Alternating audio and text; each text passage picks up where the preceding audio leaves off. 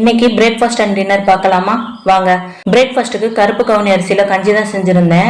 Already நம்ம சேனல்ல இந்த ரெசிபி அப்லோட் பண்ணியிருக்கோம். நெக்ஸ்ட் டின்னருக்கு காலிஃபிளவர் வச்சு ஒரு கிரேவி தான் செஞ்சிருந்தேன். அதுக்கு காலிஃபிளவர், கேப்சிகம், கொஞ்சம் சின்ன வெங்காயம் தேவை.